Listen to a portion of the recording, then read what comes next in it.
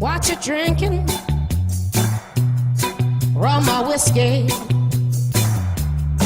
Now won't you have a double with me?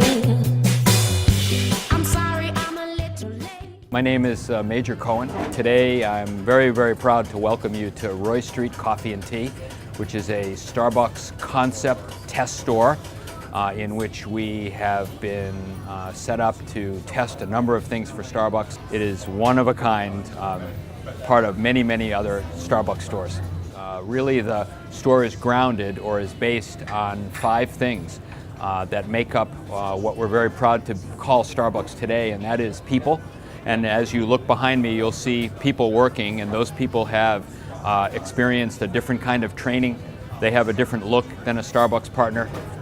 The second piece of our business, of course, is coffee, and in our coffee, we're not only doing things differently with the coffee supply chain, but also brewing coffee differently than you would find at a traditional Starbucks store. One example of what we're doing at Roy Street is this pour-over brewer that was developed by our team internally at Starbucks in order to test some things with making a hand process automated.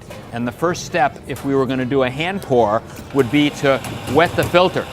So instead of me doing it, I simply push a button and the machine goes into action. The paper will be losing all of its flavor of paper so that all that will be there will be coffee.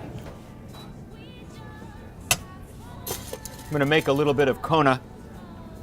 Beautiful, fresh roasted coffee, but not brewed yet. This, by the way, is a grinder that we're testing. So you notice that we have 1, 2, 3, 4, 5, 6, 7 grinders in this store. So we're testing grinders to see what is giving us the best results. Okay? Very few coffee stores would have 7 grinders. So now my pre-wet filter, I'm going to introduce the coffee. And now you can see I've started the brewing cycle.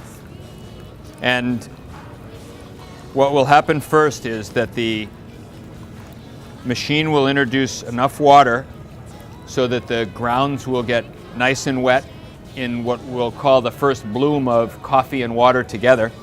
And now what's going to happen is the machine is going to go through its series of pulses. You can see that we have a perfectly brewed cup of coffee that was ground and brewed all within the last 2 minutes. The next piece is tea, and we're very proud of what we've done with tea because we're serving full leaf teas that come from our tea company, Tazo. So here at Roy Street, we have 17 SKUs or 17 offerings of full leaf tea. So I'll show you that here we have one of our most popular, which is a Jasmine Pearls, which is a spring harvested tea that comes from China.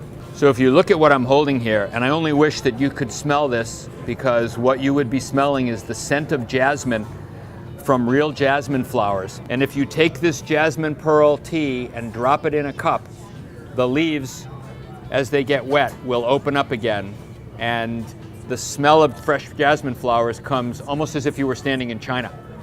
And again, just an example of kind of doing something that has been part of our tradition for 40 years, selling great tea, but doing it a little bit different way. The next piece is food, and here in Roy Street we use local food provided by a wonderful and well-known local bakery, Essential Baking, a name really well known in Seattle. We also have some other collaborations with local food vendors that are unique to Roy Street. And then the last piece that we're very proud of is the community connection. The store behind me, Roy Street, is in fact a movie theater. And our original idea was to collaborate with local filmmakers, and that has grown now. And so here in this store we have a collaboration with the Seattle Film School, with the Museum of History and Industry, and with The Moth, which is a nationwide grassroots storytelling. So if you think about it again, it's partners and coffee and tea and food and community, all the things that Starbucks has always been, simply done a different way. I'm calling in sick today.